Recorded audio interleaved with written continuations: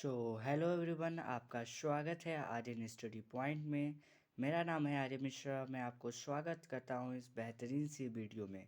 इस वीडियो के माध्यम से मैं क्लास 10th के स्टूडेंट को यह दिखाना चाहता हूं कि आप यूपी बोर्ड में हिंदी की कॉपी कैसे लिखेंगे। क्लास 10th वाले आप किस फॉर्मेट में क्वेश्चंस वहाँ से बन के आएंगे, किस फॉर्मेट में आपको आंसर देना है, किस तरीके से देना है आप सभी को, उस सारे सवालों को हम डिस्कस करेंगे।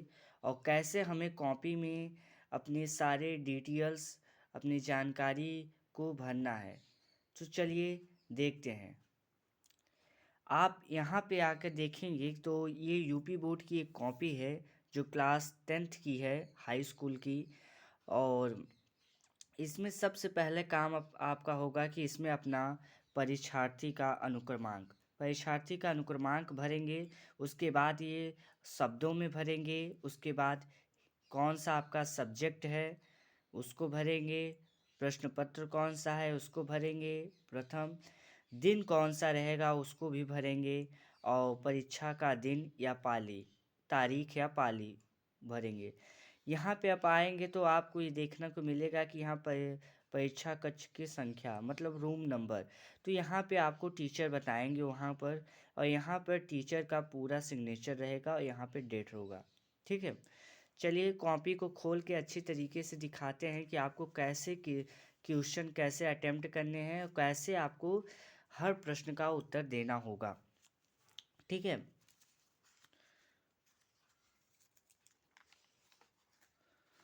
चलिए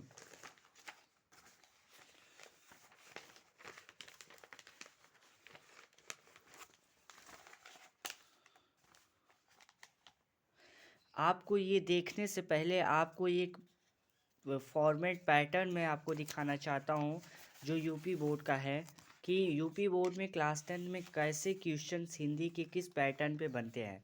इसमें आप देखेंगे कि ओएमआर पे खंड अ का ओएमआर है जो 20 नंबर का बनता है। और खंड ब जो है वहाँ से हमारे गद्यांश पद्यांश संस्कृत खंड काव्य शुरू होते हैं। तो आप देख रहे होंगे कि खंड अ जो है वो 20 नंबर का आता है, एमसीक्यूज होता है। और खंड ब में हमारा गद्यांश 6 नंबर का आता है, पद्यांश 6 नंबर का आता है। और संस्कृत दो टाइप्स के आते हैं इसमें। एक होता है आपको पद्यांश पे आधारित दे दिया जाएगा, उसका अनुवाद लिखना होगा। और एक होगा श्लोक दिया जाएगा। तो ये दोनों 5-5 नंबर के होंगे, आपको 10 नंबर दिलाएंगे। उसके बाद खंडकाव्य जो है हमारा वो 3 नंबर का रहता है। आपको लिखना, हर जिले का अलग अलग खंड काव्य होता है। उसके बाद गद्य पर आधारित एक जीवन परिचय आपको लिखना होगा और एक पद्य पर आधारित जीवन परिचय लिखना होगा। उसके बाद संस्कृत का श्लोक आप देख रहे होंगे 2 नंबर का आता है और 2 लाइन को ही आपको लिखना होगा। प्रश्न इसमें जो पत्र है, जो पत्र लेखन है, ये 4 नंबर का आपको लिखना होगा। और आपको संस्कृत में 4 या 5 प्रश्न पूछे जाएंगे जिनमें आपको 2 का उत्तर देना होगा, एक एक नंबर का होता है।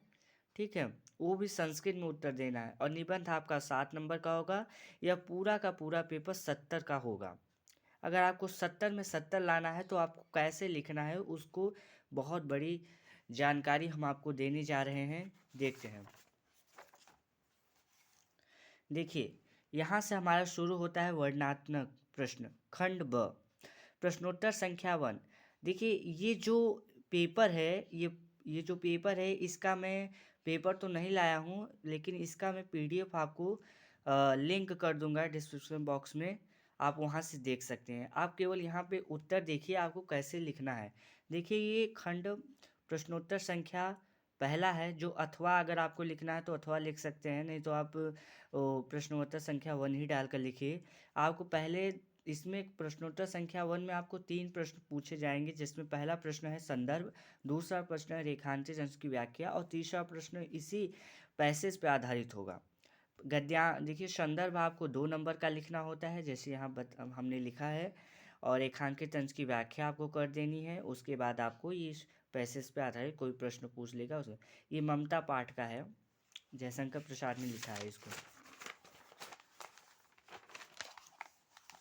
उसके बाद आप देख रहे होंगे कि यह पद्य पर है। क्या है? पद्य पर आधारित प्रश्नोत्तर है, संख्या 2।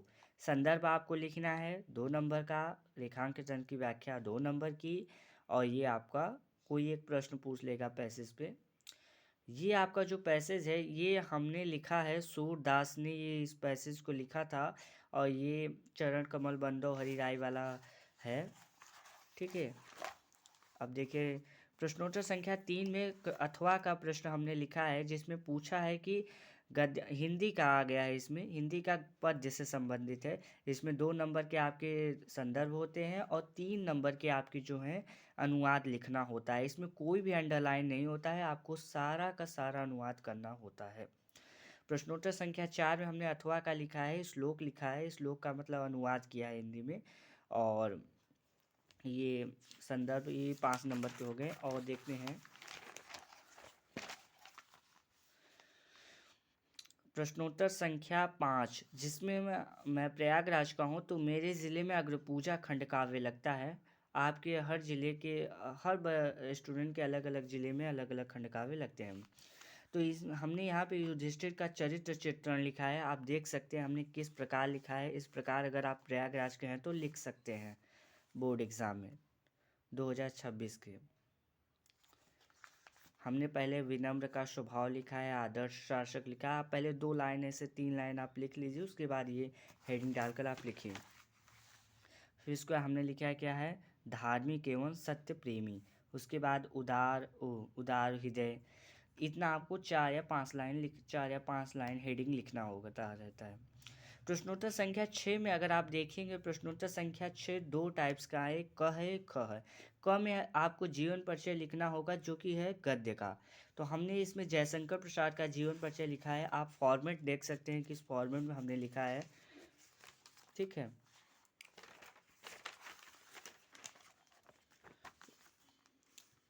देख लीजिए, आपको ज़्यादा लंबा नहीं लिखना है, जितना पूछा जाए उतना ही लिखिए, क्योंकि आपको सारे क्वेश्चन अटेम्प्ट करने रहते हैं। ठीक है, कि काफ़ी लोग 1-2 पेज जीवन परिचय लिखने लगते हैं। ये देखिए ये ख नंबर है, इसमें हम पद्य का लिखे हैं, तो गोस्वामी तुलसीदास का हमने लिखा है जीवन परिचय, देख सकते हैं आप। उसके बाद हमने, हाँ ये वही है गोस्वामी तुलसीदास का। और प्रश्नोत्तर संख्या 7 में आपको 2 लाइन का श्लोक लिखना पड़ता है, लेकिन श्लोक में आपको बताया रहेगा कि आप प्रश्न पत्र का जो श्लोक है वो ना लिखें। ठीक है, उसका कॉपी नहीं करना है। प्रश्नोत्तर संख्या 8 में आप देखेंगे 2 का आंसर देना रहता है, वो भी संस्कृत में 1-1 नंबर का, आप देख सकते हैं। उसके बाद प्रश्नोत्तर संख्या 9, जिसमें आपको निबंध से संबंधित प्रश्न होते हैं, आप देख सकते हैं। पर्यावरण संरक्षण पे मैंने लिखा है, और निबंध आपको 2-2.5 पेज लिखना रहता है। अगर आप 2-2.5 पेज लिखते हैं तो निबंध आपका काफ़ी है 7 नंबर के लिए। ठीक है, हमने 2 पेज लिखा है इसका निबंध का, आप देख सकते हैं यहाँ पे। हाँ, उसके बाद हमने ये 4 नंबर का वो पत्र लिखा है। अगर आपको 30 नंबर आपको स्कूल से मिलता है और 70 नंबर का आपका पेपर रहता है। अगर आपको 70 में से अगर आप 65 नंबर पाना चाहते हैं तो आप इस तरह की कॉपी लिख सकते हैं। मेरे बोर्ड एग्ज़ाम में हिंदी में मेरे 60 मार्क्स आए थे, और मैंने ये कॉपी पहले लिखा था। मैंने मतलब बोर्ड एग्ज़ाम से पहले मैंने इस कॉपी को लिखा था। अगर आप मुझसे बेहतरीन लिख पाते हैं तो लिखिए, ज़रूर लिखिए, और अपने बोर्ड एग्ज़ाम में 70 में 70 स्कोर कीजिए। चलिए मिलते हैं अगली वीडियो में, और अगली वीडियो में हम आपको इंग्लिश की कॉपी दिखाएंगे। मिलते हैं अगली वीडियो में, तब तक इस वीडियो को लाइक कीजिए, सब्सक्राइब कीजिए, और ज़्यादा से ज़्यादा अपने फ्रेंड्स से शेयर कीजिए।